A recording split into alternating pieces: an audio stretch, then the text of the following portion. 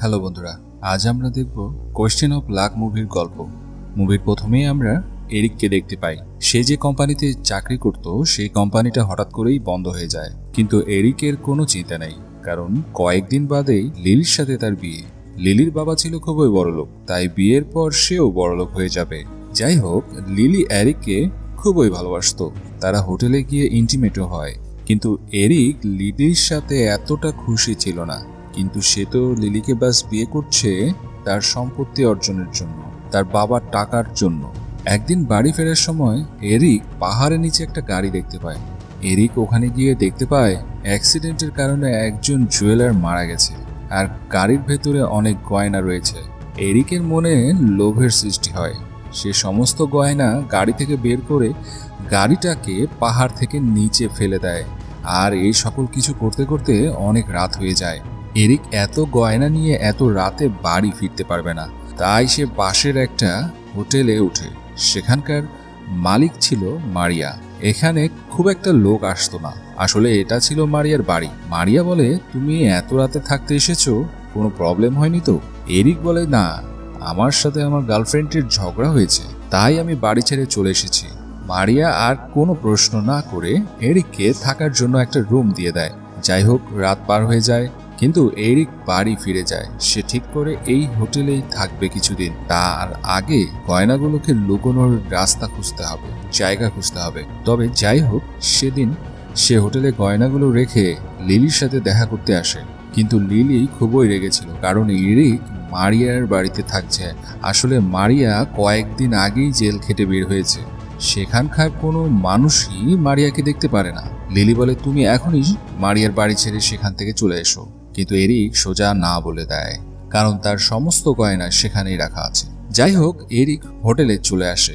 এইদিকে টিভিতে নিউজ আসে, কেউ একজন জুয়েলারকে মেরে তার সমস্ত গয়না চুরি করে নিয়েছে। এরিক একটু ভয় পেয়ে যায়। সে এসে দেখে তার সব গয়নাগুলো সেখানে নেই। আসলে মারিয়া তার কিছু গয়না পড়েছে। মারিয়া বলে, তার মানে তুমি জুয়েলারকে খুন করেছো? এরিক বলে, না, আমি তো জাস্ট গাড়ি থেকে গয়নাগুলো বের করে নিয়ে এসেছি। কিন্তু তুমি এই গয়নাগুলোকে পরে আছো কেন? এর মধ্যে আমারও অর্ধেক ভাগ লাগবে, তা না হলে আমি পুলিশকে বলে দেব। এরিক মারিয়ার সাথে লড়াই শুরু করে দেয়, কিন্তু এই লড়াই কখন যে মনের ভাবের আদান প্রদান করে ফেলে তারা নিজেরা বুঝতেই পারে না। তারা ইন্টিমেট হয়। যাই হোক, তারা এবার এক হয়ে গেছে। তারা এবার ঠিক করে এই গহনাটা তারা অর্ধেক অর্ধেক ভাগ করে নেবে। এদিকে এরিকের নেশা চলে যায়। সে পরের দিন সকালে আবার মারিয়ার সাথে ইন্টিমেট হয়। যাই হোক, তাদের মধ্যে একটা ভালো সম্পর্ক তৈরি হয়। তারা একসাথে একটা সুন্দর সময় কাটায়।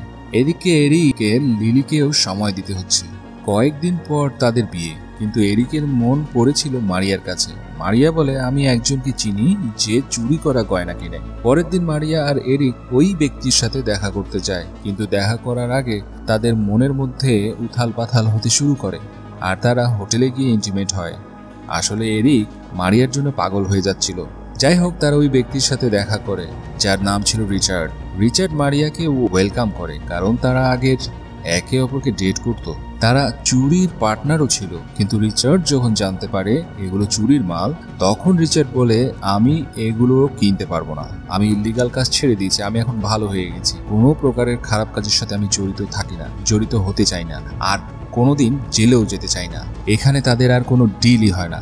মারিয়া এরিককে বলে, তুমি বাড়ি যাও, আমি রিচার্ডকে মানাবো, কোনো না কোনো ভাবে আমি রিচার্ডকে কনভিন্স করেই ছাড়বো, সে আমাকে না বলতে পারবে না। এরিকও মারিয়ার কথা মেনে নেয়, কারণ সে মারিয়াকে ভালোবেসে ফেলেছে।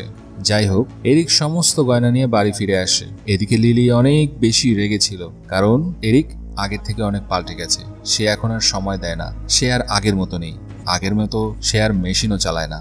এইদিকে এরিকের পকেট থেকে একটা আংটি পড়ে যায়, যেটা লিলির বোন সারা দেখতে পায়। সারা বলে, এটা তো অনেক দামি, তুমি কোথায় পেলে? এত দামি আংটি তোমার কেনার কোনো ক্ষমতাই নেই।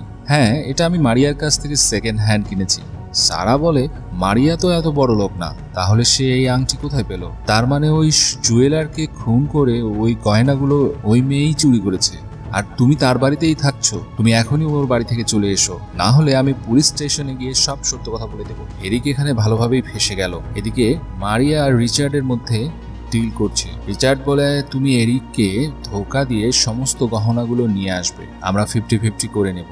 মারিয়া বলে না, আমি এরিককে ধোকা দিতে পারবো না। আসলে মারিয়া এরিককে ভালোবেসেছে। এদিকে এরিক খুবই চিন্তায় ছিল, সে কি করবে সে কিছুই বুঝে উঠতে পারছিল না। সারা সবসময় তার পিছনে পড়ে আছে। রিচার্ড মারিয়ার বাড়িতে এসে মারিয়াকে বলে সারা সবকিছু জানতে পেরে গেছে, এবার আমাদেরকে জেলে যেতে হবে। মারিয়া বলে এমন কিছুই হবে না, তুমি সারাকে মেরে ফেলো, তাহলেই সব প্রবলেম সলভ। এদিকে আর কোনো রাস্তা না থাকায় রিচার্ড সেটাই করে নেয়, সেটাই মেনে নেয়। সে পরের দিন সারাকে ভুলভাল বুঝিয়ে পাহাড়ের উপরে নিয়ে আসে। সারাও এরিককে বিশ্বাস করে, সেও চলে আসে। কিন্তু এরিক সারাকে ওখানে নিয়ে গিয়ে তার মাথায় আঘাত করে তাকে মেরে ফেলে। এরিক এখন একজন খুনি। যাই হোক, সে বডিটাকে লুকিয়ে রেখে মারিয়ার সঙ্গে দেখা করতে আসে, কিন্তু সে দেখে রিচার্ড এসে মারিয়াকে খুবই মারছে, তার কাছ থেকে সমস্ত গয়না কেড়ে নেওয়ার চেষ্টা করছে। মারিয়ার অবস্থা খুবই খারাপ করে দেয় মেরে মেরে। এদিকে এরিক এসে রিচার্ডের সাথে লড়াই করতে আরম্ভ করে, কিন্তু রিচার্ড এরিকের পেটে ছুরি ঢুকিয়ে সেখান থেকে পালিয়ে যায়। এরিক খুবই গুরুতর আহত হয়। মারিয়া তাকে হসপিটালে নিয়ে যেতে চাচ্ছিল, কিন্তু গাড়িতে ওঠার আগেই এরিক মারা যায়। এদিকে এরিকের মৃত্যুতে মারিয়া খুবই ভেঙে পড়ে, কারণ সে এরিককে খুবই ভালোবাসত, আর এরিক ছাড়া এই দুনিয়ায় তার আর কেউ নেই। পরের দিন মারিয়া পুলিশ স্টেশনে গিয়ে নিজের সব অপরাধ স্বীকার করে। মারিয়ার জেল হয়ে যায়। আর এই মুভিটি এখানেই শেষ হয়ে যায়। মুভিটি যদি ভালো লেগে থাকে তাহলে অবশ্যই লাইক দিবেন। যদি কোনো প্রশ্ন থাকে অবশ্যই কমেন্টসে জানাবেন। আর চ্যানেলটি যদি সাবস্ক্রাইব করতে মন চায়, লাল সাবস্ক্রাইব বাটনে ক্লিক করে সাবস্ক্রাইব করে রাখবেন। দেখা হচ্ছে পরবর্তী মুভির এক্সপ্লেনেশনে। ভালো থাকবেন।